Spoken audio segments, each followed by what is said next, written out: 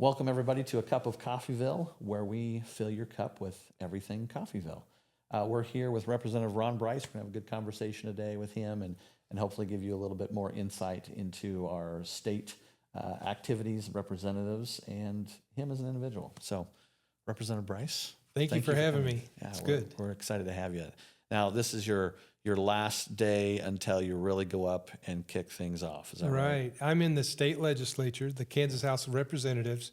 So we go into session Monday morning, and it's every January. We're in for about 90 days, and it's very intense during that 90 days. And that's where we have hearings. People have bills, in other words, laws that they want passed. We debate those. We talk with people. There's a lot of amending legislation and trying to get people to. The biggest, actually, Ben, the biggest issue in the legislature is just building cooperating with people and building a collaboration to where, I might have a bill that I think, hey, that's the best thing since sliced bread. But if nobody's going to vote for it, it doesn't do anything. So talking with people, expressing ideas, amending things as we go, getting other people's perspectives. I happen to be a Republican, but I work with the Democrats. We work together on a lot of legislation, and we try to do what's best for the people of Kansas. And I am the representative for the 11th District, which is Coffeyville, of course. That's why we're here. But it's most of Montgomery County. I have also Liberty, Cherryvale, most of Independence, all the way up to Wilson County, all the way down to Oklahoma, and all the way over to Labette County. So it's about something like 30,000 people I represent, and it's been an honor for me to do that for 3 years so far. This is coming up my fourth year. I'll be up for re-election again in August, and so we'll see how that goes, but I'm happy in the meantime to represent the people here in Coffeyville and Montgomery County. Excellent. Well, we're really appreciative that you want to come and visit with us. And so maybe for folks that don't know you, tell us a little bit about yourself, where you come. Are you from Coffeyville? How long you been here? Right. I moved to Coffeyville when I was 6 years old. Okay.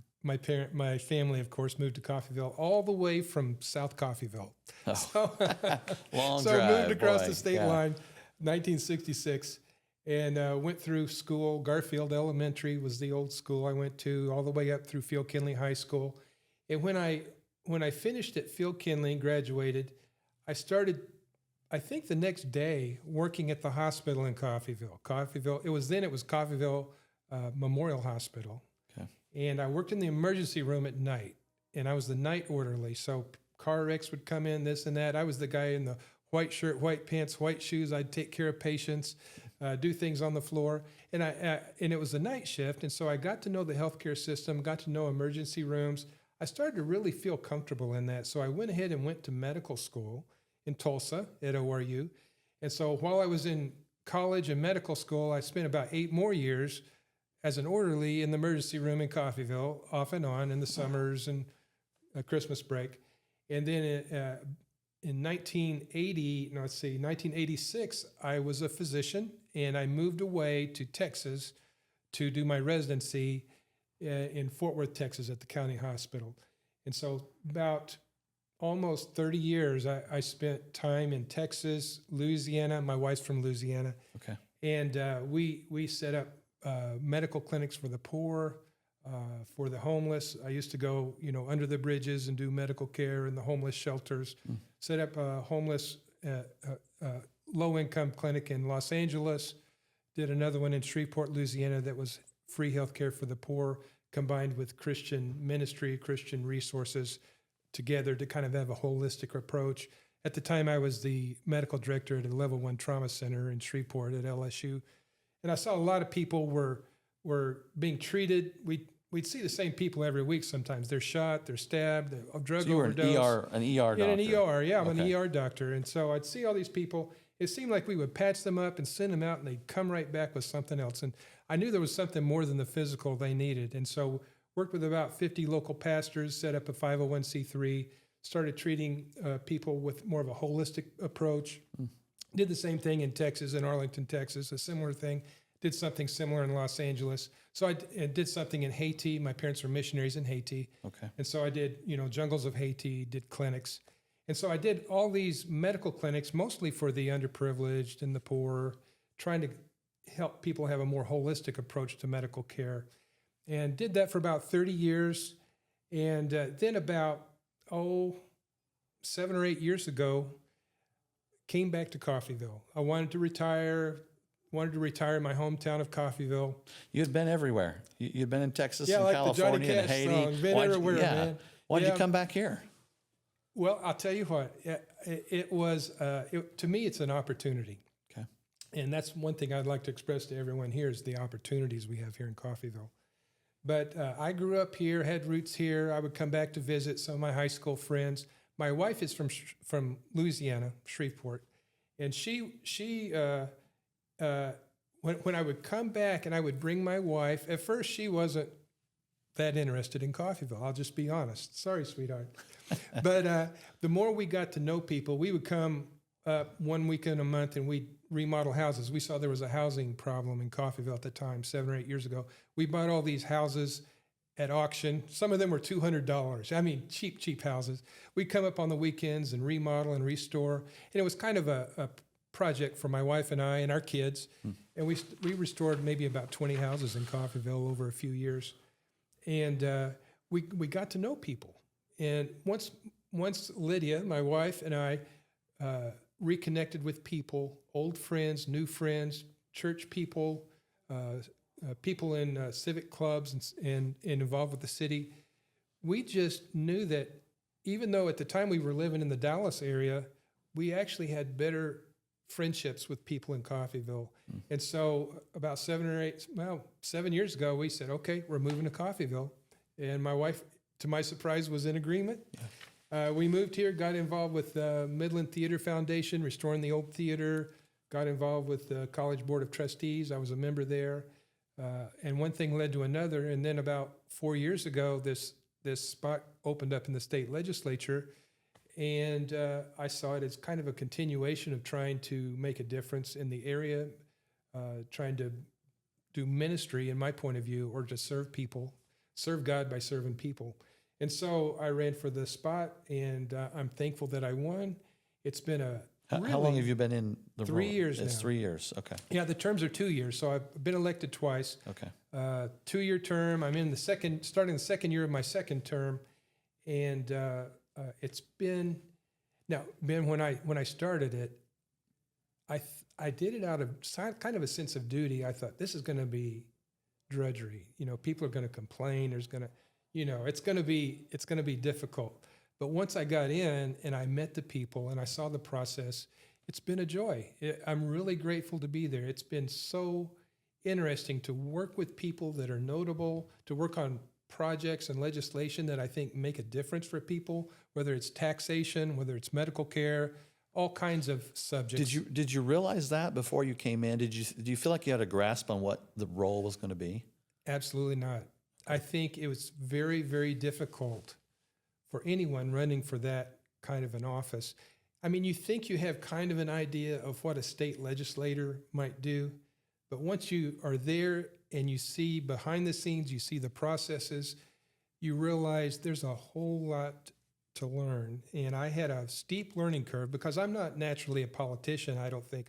I'm a medical doctor, and I see the world through the eyes of a medical doctor. I've come to realize that. So, and when I approach legislation or potential bills, I see it as kind of a problem-solving, diagnose and treat, kind of like an emergency room doctor would. That's just my mindset. But there was no way for me to realize how the committee processes work, how the leadership in the House and the Senate work, how we relate to the governor, the Supreme Court of Kansas. And so it's a whole learning process that I've really been grateful to be a part of, because really every day I go to work with a smile on my face. I walk into that big, if you haven't been to the State House, you ought to go. It's a huge, wonderful place. I walk in there, smile on my face, because I can't believe I have the opportunity to work there. Yeah.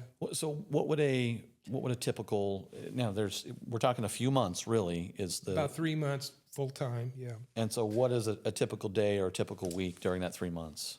Yeah. The first 2 years I was in, we only worked Monday through Thursday most weeks so that we could be home on Friday with our constituents. And that sounds like we're slacking off, but actually that full day Friday to get caught up on things back home and constituent concerns and meetings, that's very necessary. Last year we worked Monday through Friday, so I didn't have that extra day to be in town back home and work on things. But the typical day, I would say my typical day, I have a first meeting about 7 o'clock in the morning. We have, typically I'll then have appointments, and then there's a 9 o'clock committee meeting until 10:30. Then there's general session where we all gather in the chamber and we work on bills and vote and what you would think of as a legislature. That's usually from 11 till 12 or 12:30. And then 1:30 is the next committee meeting. That's healthcare for me. So we have a 1:30 to 3 healthcare meeting. And then I have taxation from 3:30 to 5. Sometimes it goes later till 6 or so. And then in the evening, we have meetings. Typically, fortunate for us, most people who meet with us in the evening provide food. That's one thing I learned in the legislature. Almost anybody who invites you anywhere, you're going to eat. And so I actually gained a couple pounds.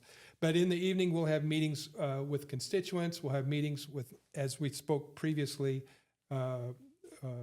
people from Coffeyville, people from Montgomery County. Maybe it's the school board members. Maybe it's the community colleges. Maybe it's the police and sheriff associations. We have these kind of meetings to discuss their issues and what we can do legislatively to make their life a little easier. Does that happen constantly? Because I know I'm in 3 of those. I'm electric utility, local leaders, and then Southeast Kansas representatives. I come for those. So is that sort of a constant thing during that 3 months? Every night. Yeah. It's got to be exhausting too, though. Well, emotionally exhausting, maybe physically exhausting, maybe different levels. I'm used to working as an emergency room doctor, and I'll work all night. I'll solve people's problems, try to make their lives better, and so you kind of get in this zone where even though you're working, maybe 14, 15 hours a day, you kind of get in a zone where it's satisfying to just help people and work real hard. And I don't get that tired. Although when I'm finished for the day, I immediately go to sleep because it is kind of tiring. Yeah. Wears you down. So what would you say, in my role, I think one of the things I'm really learning is that I did not fully understand what it meant to run a city, the intricacies involved, everything from someone's trash can on the corner up to a multi-million-dollar electric utility. So you're faced with those same things. Was there anything that really stood out to you as I didn't realize this was a thing, or this was that important, or that I have a role in it? Absolutely. And by the way, I think of your job occasionally, and I think, how in the world do you keep on top of all those things? But it kind of applies to us in the legislature also. There are issues that many, many people in Kansas deal with that I was kind of blind to, or they weren't on my radar. I'll give you an example. Childcare. I'm a grandfather. I don't have young children anymore. I haven't thought about childcare in years, but when I got to the legislature, I realized childcare influences people's employment and influences all kinds of health care and all kinds of issues. And so things that weren't on my radar initially, I became very involved with. And in the legislature, it's kind of like what you said. You're in a meeting for an hour about taxation and trying to help with property taxes. Then it's water policy and how we help people in Western Kansas with the aquifers. And then it's a meeting on education and education budget. And it's a meeting on maybe parental rights, and then a meeting on something else, a social issue, abortion, transgenderism, et cetera, and you go from meeting to meeting to meeting, and you put on these different hats. And I'll tell you a secret. There's no way a single person can master all of these subjects. Yeah. And so one of my jobs in the legislature is to make connections with people who are experts, who are very, very knowledgeable on subjects, and people who I can trust. It's like anything. There's very few people you can truly trust, but I have a handful of people that know things that I don't know and that go to committee meetings that I'm unable to attend, and I trust their opinion and their summary of what's going on. And so having those kind of relationships, you get, it's kind of like a band of brothers sometimes. You're fighting, trying to do what's right, and you get people on your team, and you try to work together, but you rely on them a lot, because every session there's about 700 bills that we have to consider. And if you consider that every bill, it's written in legalese, I'm not an attorney, it's several pages, and it refers to different statutes here, different statutes here. You have people saying this, people saying that, and you have 700 of those, and you try to cram in studying those 700 bills on top of having meetings all day. It's very, very difficult to be a master of every single one. And so I do have people that I have built a relationship with. We get together sometimes early in the morning and we discuss things. We actually have prayer meetings together and pray about things. And we try to do what's best for our constituents, because we realize that in and of ourselves, we can't do everything. We can't know everything. So we have to have that humility to say, I need help. And so that's something that's really true, and that we do it there in the legislature. Well, you've been at it for 3 years. Yep. Would you say that there's a major challenge or a major few challenges that rural Kansas is facing that are important to you, and that you're either talking with those folks who know or trying to get into those meetings? What are those things that are important for rural Kansas that you're focused on? Well, with my background as a medical doctor and a medical school professor and an entrepreneur starting medical clinics, they naturally put me in the healthcare arena. And so Did you get a choice on that, or was that you don't have a choice, voluntold, but maybe? you can request. And so I requested that I be on the Health and Human Services Committee. The speaker is all powerful. He's like the dictator of the House. And so he tells you where you sit, where your office is, where you park your car, everything. And so he decides on your committee assignments. So one of my 3 committee assignments is Health and Human Services. And I'm the vice chairman currently of the Health Committee. And so I tend to focus on issues related to healthcare. And so rural Kansas, healthcare is a huge, huge issue. We have hospitals that are at risk. We have people in rural areas are aging in general. The general population age is older, more and more healthcare concerns. And so dealing with issues like telemedicine, ambulance services, rural hospitals, clinics, Medicaid, Medicare, these are the kind of issues that, for rural Kansas, that I've been the most involved with. I think if I could just say, related to that, one of the issues that, in my point of view, is coming to the top of what I want to work on is something that has been in the news a little bit lately, and that is fraud and waste and abuse, particularly in Medicaid and the SNAP benefits and different programs like that. So last year I did have a bill where 9 full-time employees of the Attorney General's office we created and to investigate fraud, waste, and abuse, because I'll tell you in a minute how big of a problem that is. But we're going to continue to work in that area and to have some oversight. But just to give you some idea, just one program in the state, the Medicaid program, which is healthcare for poor, the pregnant, the children, disabled, the Medicaid program, it's estimated by the people who run the program that there's about 7 or 8% fraud, waste, and abuse in the program. The Foundation for Government Accountability says it's about 20%. If that is true, it's $1 billion a year in fraud, waste, and abuse in that one program in Kansas.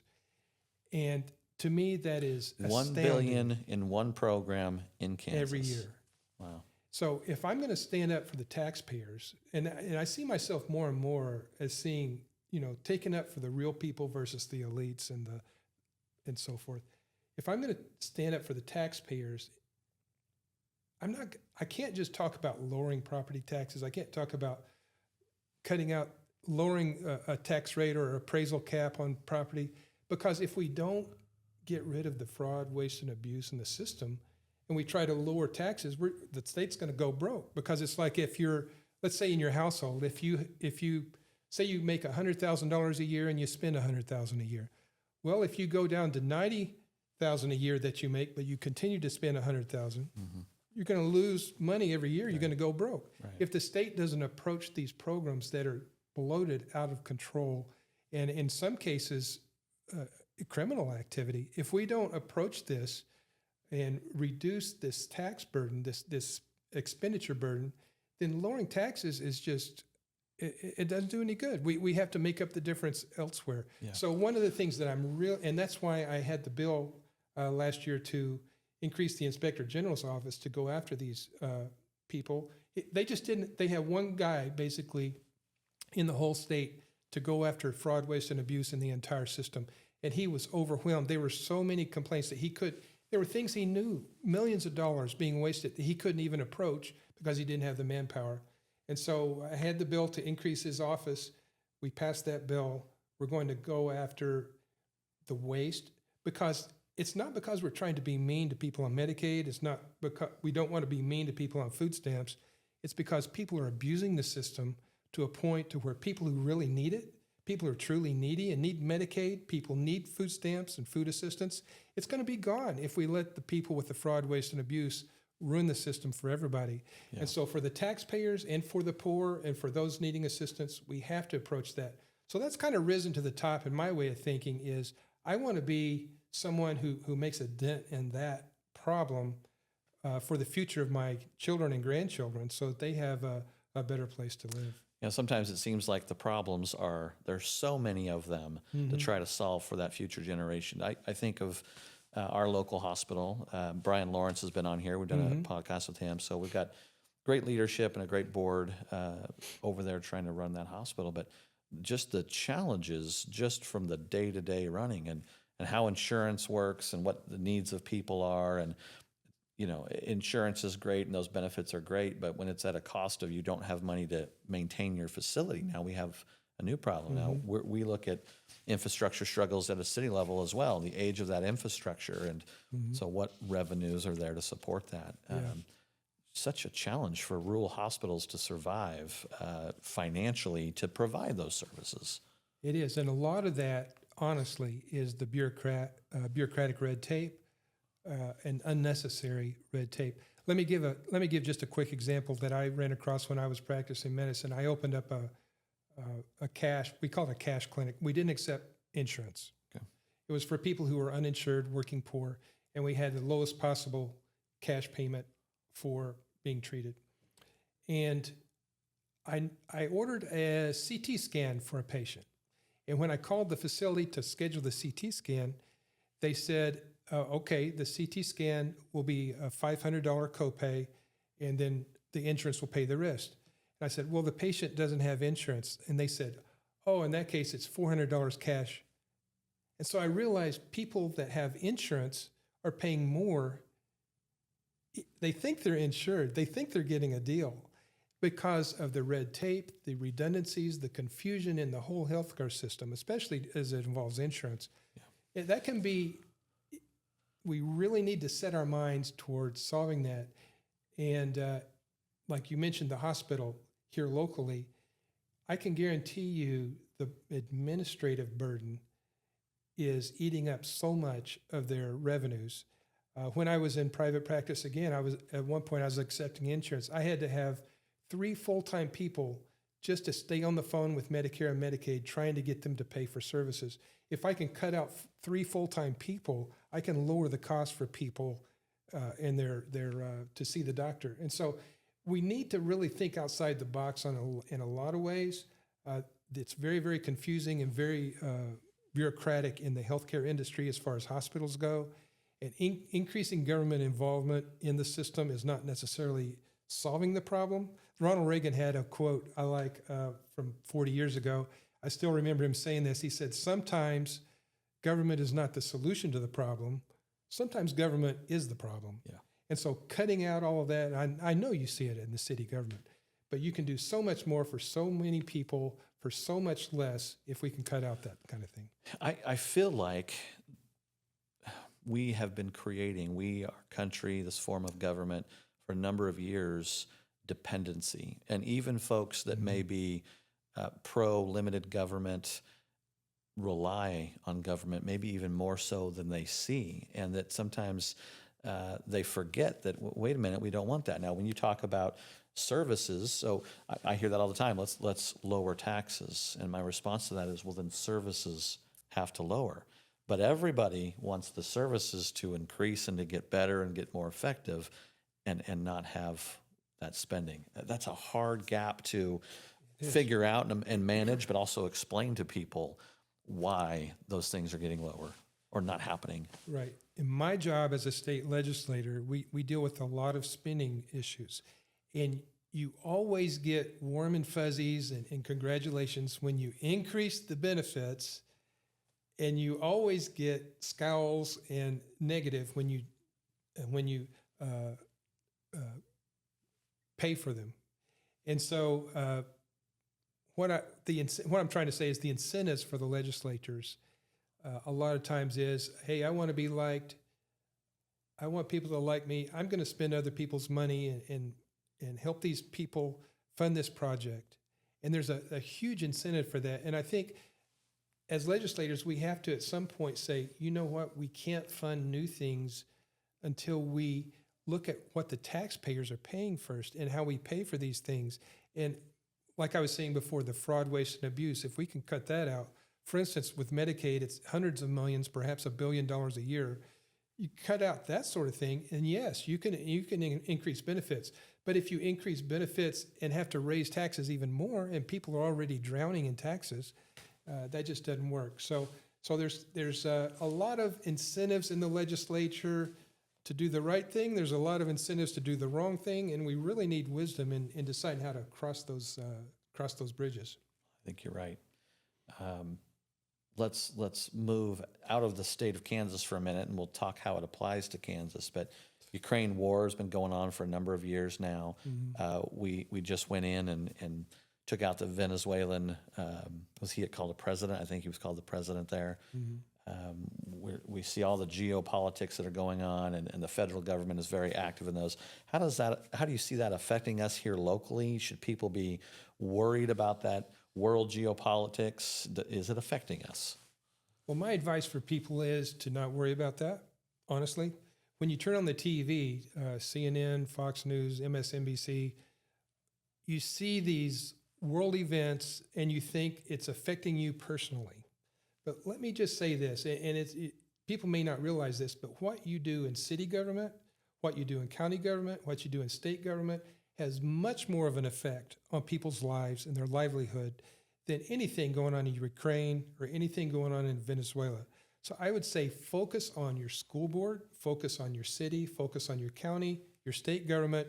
That's where you really make an impact in people's lives. It's not so much people on the cable news networks that are trying to have a broad audience nationwide, and so they honestly just emotionalize a lot of issues. There's a lot of conflict sells. So you got the Democrat, you got the Republican, the left, the right, you have conflict, you have world issues. Those things do not affect people's lives. If you turned off cable news and didn't worry about it, you would be much better off, in my opinion. And so focus on local government, focus on what you can do, what's in your hand to do here. Let's do it. Let's do it right. Let's do it in a way that helps our children and grandchildren. And geopolitical things can take care of themselves. It's out of our control. Nothing I do, nothing you do is going to affect what people in Washington, D.C. are ultimately going to do. Yeah. So you have to just kind of take care of things you do have control of. Well, speaking of that, it's interesting to me, the change as I've watched over my years, and I know you've seen this as well, but for example, the quantity of people that vote.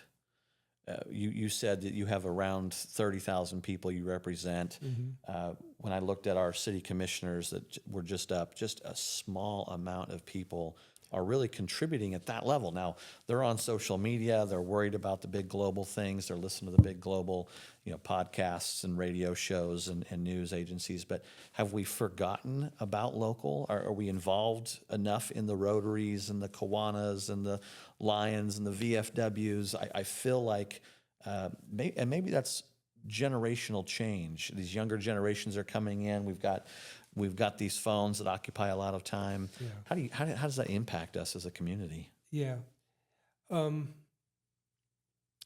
I think one thing related to that is people approach me a lot about property taxes. And people have in their heads that somehow the state legislature is controlling property taxes. The state legislature basically has no property taxes. It's all local. And people need to get, when you only have 10% or 15% of people voting, then the local government, the local educational institutions, they are not affected by the people who are taxpayers and vote. I think it's atrocious that people don't get involved in local elections and keep up on the issues and vote. If we had people energized to vote and to stand up for what taxpayers really demand, these property tax issues, that's where the property taxes are decided, in the local school board, the community colleges, the city, the county. If you elect people who are going to watch out for the taxpayers locally, that's where your taxes go down. If you try to appeal to me as a state legislator or people in the state legislature, the only thing we can do is try and impose our will on these local groups. We don't collect the taxes. And people at a local level need to be in control of local organizations. So I would encourage people to get involved locally, not only to vote, but to talk to people, talk to the commissioners, talk to the board members, and really let them know what you think about the tax issues. Let them know that they are the ones who are affecting property taxes. And if they aren't doing the right thing, then you run for office. Anybody who's registered to vote can run for office. So if you feel passionately about these issues, run for office, make a difference. If you just go on social media and make comments to people out in the cybersphere, it doesn't do anything except cause conflict. Vote, do the right thing, get involved. Yeah. Do you see, speaking of local and trying to get representation, here you have a district of 30,000 people, and I would imagine you rub shoulders with representatives that are representing a lot more people. We get into the Topekas and the Kansas City and the Wichitas. There's probably a lot more votes then. Is it difficult to get things passed that benefit rural Kansas or our district when you're up against what they want? That's really an issue. And by the way, just to correct a little bit, every district is the same amount of people, same number of people. Okay. But it's a huge, and I found this out after I arrived in Topeka, there's a huge divide between urban and rural. We talk about Republican versus Democrat, red versus blue. What I see in the state legislature a lot of times is the urban people versus, not, if you're going to set up a conflict, urban versus rural. The people who have concerns in rural areas get often stampeded by the people who are in the more urban, more affluent, more big city areas. They have big businesses that they relate with and donors and they have media. And so the things in the urban areas, in the urban representation, just to give you some idea, Johnson County alone has 26 representatives. Okay. There are only 125 in the whole state. So Johnson County, outside of Kansas City, has 26 of the 125. I'm sorry, and Kansas have the others. But what I've noticed is the big city urban concerns tend to be more liberal. They tend to be more government-oriented.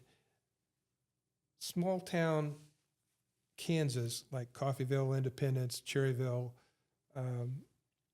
Liberty, we try to make a difference. We try to show our concerns, but we don't have the critical mass. It's not by legislative district so much. It's by geographic district, I think. Okay, interesting. Rural between urban. I can see that. And I think it's part of that is what's important to us, but it's just how our realities affect us. You have a lot more farm ground here, so then the county and taking care of that. The infrastructure that they have is different than an infrastructure in perhaps Johnson County. Just an example, we brought the Kansas City Chiefs over to Kansas. Yeah. Well, the people up in northeastern Kansas, they're going to benefit greatly economically from that. What we're going to have down here in Montgomery County is higher taxes. And so it's the urban versus rural sets up these kind of conflicts. Yeah. And so we see that over and over again. Well, you're also an entrepreneur. You talked about coming before you moved back and working on houses. You saw some needs, but Yeah. you also are running a business here. How is it to run a business in Coffeyville? What are the challenges and benefits there? Well, let me say this. Initially, we were having some problems with red tape, and the city of Coffeyville a few years ago completely cut through the red tape, and it is a very good environment now to start a business. And we've started, three businesses actually. We have a property management company, we have a coffee roastery, we have a small coffee shop cafe, and working with the city has been good. I think revitalizing downtown was one of the reasons I wanted to move back, and because like a lot of rural towns in Kansas, Coffeyville has kind of a eroding commercial downtown district, and to me that's really a shame. There's some phenomenal buildings, some phenomenal places that can be restored, and the history of Coffeyville, the historical figures of Coffeyville can kind of be brought to life. So we've worked downtown. Two of our businesses are downtown. We've restored buildings. And I think it's an opportunity that people really need to consider, because almost anything you do, if you start a restaurant, if you start a plumbing company or any kind of business, there's a need in rural areas because the population decline and the professional people are dispersing to other places. So you can make a big difference in a town like Coffeyville or Cherryville or Liberty, these kind of towns, because anything you do that helps people is going to be a boon for the whole city. And so we're very privileged to be downtown Coffeyville and get to know people. There's a coalition or coalescence of people that care about each other, that work together, that have a common purpose. And there's nothing better when you're starting a business than to have people working with you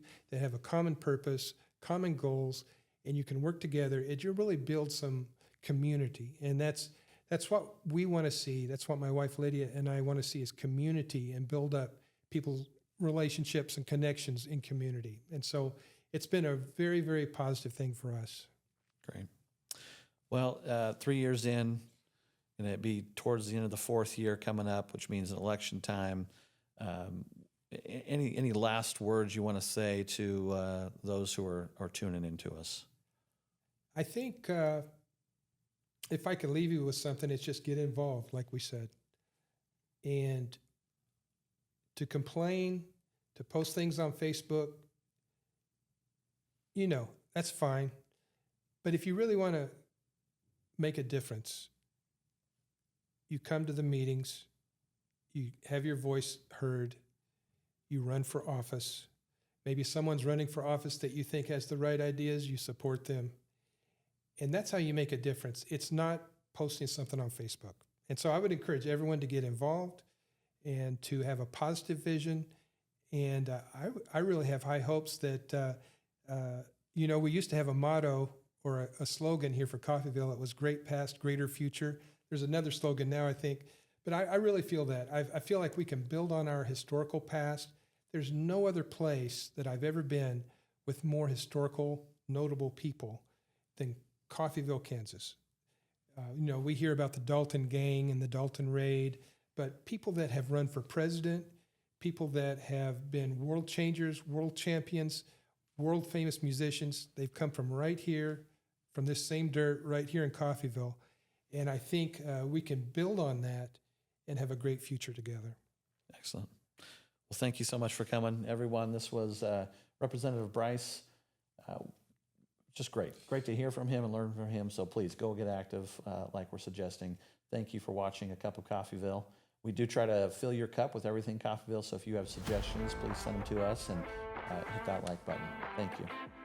Thank you. There you go. I Thank you. appreciate it. Easy squeeze.